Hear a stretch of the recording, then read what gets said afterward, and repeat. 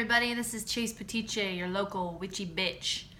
Today I want to talk about why being positive all the time is actually bad for your health. Because the current new age spiritual paradigm, the dominant paradigm, is one that is all about positivity, affirmations, what you think. You can program your mind to believe certain things, which are great, and yes, there is truth to them, but and law of attraction is a big part of this as well, which is all about training yourself to think in a positive way in order to get the things in life that you want. And I went down this road. I did all the stuff, and it did not actually work out for me. It got me to a point where I was exhausted, depleted, and what ended up happening was I was practicing a kind of black magic because I was invoking things into my life that I wasn't energetically ready for. And so if you're trying to get things into your life, bring things into your life like $1 million, and you haven't actually dealt with the deeper layers of your own darkness and unworthiness, then even if you get that $1 million, it doesn't mean that you're going to hold on to it or you're going to do anything good with it. It's just like people who the lottery winners who win almost hundreds of millions of dollars and end up bankrupt and homeless. There's like countless stories of people like that. And so this is what I want to talk about positivity, constantly feeling like we need to be positive. Because when we're constantly feeling like we need to be positive, there's a few things that happen. First of all, we ignore, in a lot of ways, the truth of what we're going through. And so therefore, we're not fully honoring ourselves as ourselves. And so we are denying a part of ourselves, almost as if we're feeling kind of ashamed of that part. So we're stuffing it down. We're stuffing that part down. We're ignoring it. We're putting a blind eye to it, which is fine. You can still shift your perspective. Life is about focus. But if you're constantly stuffing down something that actually needs to be dealt with, so the current new age paradigm is all about love and light, love and light, love and light. But we still live in an era of duality. So there is light and there is dark. And until we begin to honor and venerate and bow to our own darkness and see it for what it is, we can never become truly healed or authentically positive. That's what this post is about. It's about authentic positivity. Because you can slap a happy face on, which is what the American paradigm is all about. I mean, there's no place in our culture for grief, pain. It's all stuffed. We medicate. And these things kind of come out. They come out under these deeper layers of medications and alcoholism and abuse. They come out when we push things so far down. So the way to not push things down and the way to honor our own darkness is to begin to feel the grief of the thing that you're going through.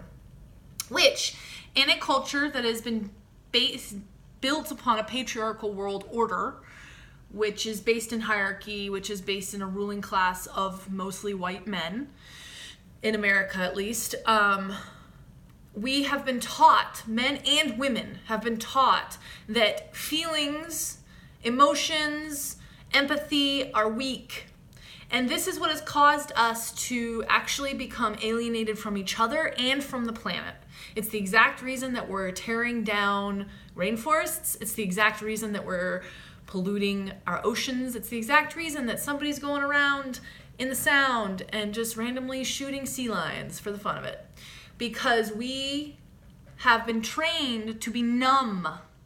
And that being numb actually means that you're strong. When in fact, it's the reversal.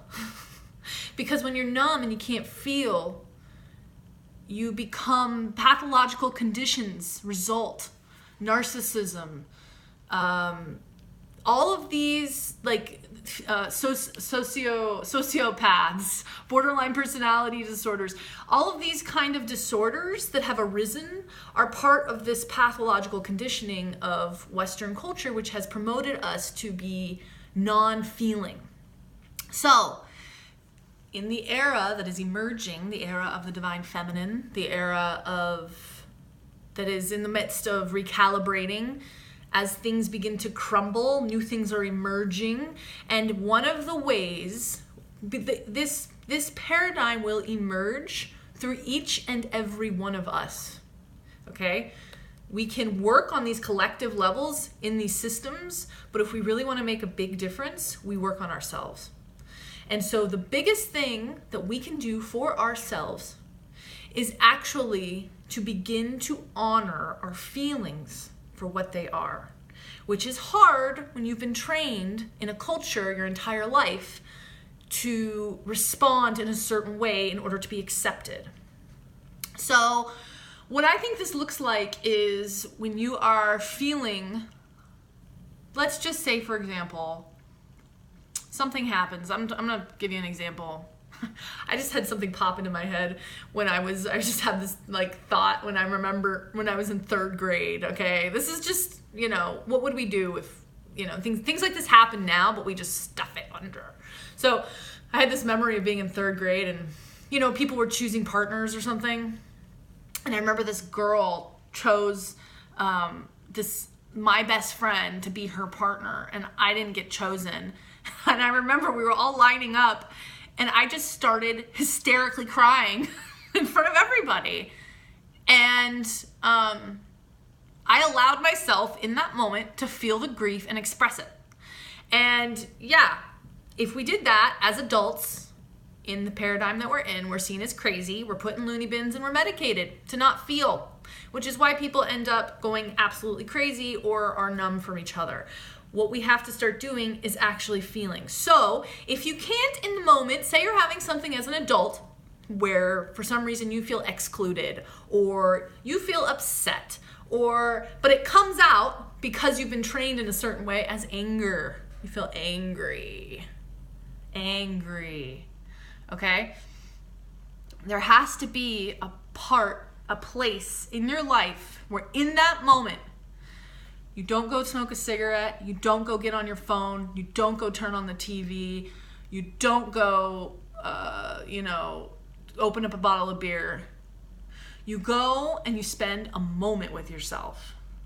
Wherever you need to be. I go to my altar, which is on a cushion. There's a cushion and there's a table with a candle there. And I sit with that feeling and I allow myself to fully feel the feeling, which usually at the very, very, very, very, very, very, very bottom is a very, very, very deep grief. And in that moment, I allow myself to feel it. And it's painful. It hurts. But if you don't actually allow yourself to feel that feeling, you will be constantly spending your life avoiding that feeling. And so you'll get triggered really easily by people where that feeling could come up. You'll get triggered and it will create a response in you that will be this kind of fight or flight, angry. That is where those are our weaknesses. It's our wounding, where we are constantly operating from these wounds. And we aren't being authentic and in our integrity because we aren't fully aware of ourselves because we don't want to face our own darkness. So people call this shadow work. You can call it whatever you want. It's actually just the other side of the love and the light. It's the honest truth of humanity. And we all carry pain, but we're not allowed to show it. And until we start showing it and feeling it and processing it, we're going to stay numb to each other and the earth. So I will say that processing grief in this way, allowing yourself to sit in that moment, even if you can't cry, whatever emotion you're feeling, you're sitting with it and you're feeling it fully. and you're breathing into it. And when you do that, if you do it long enough, if you do it consistently enough, you will begin to actually evolve your consciousness. This is what I have found in my life to be the number one key to evolving my own consciousness, which means I'm becoming a happier, more balanced, more integrated human being, and I'm not as asleep to myself or the world around me, and I have more awareness. I'm not as triggered, I'm not as upset, because I allow myself to process this emotion. And when you process it, usually at the bottom for me, there is a deep grief. And when I allow that grief to flow through me, meaning I allow the tears to flow and I feel the pain in my heart and I release it. It's like a visceral energy that comes from my chest that I allow. I go there, okay? It's the ugly cry. Okay, but I'm alone. I don't care. Nobody's seeing me. I go for it, okay?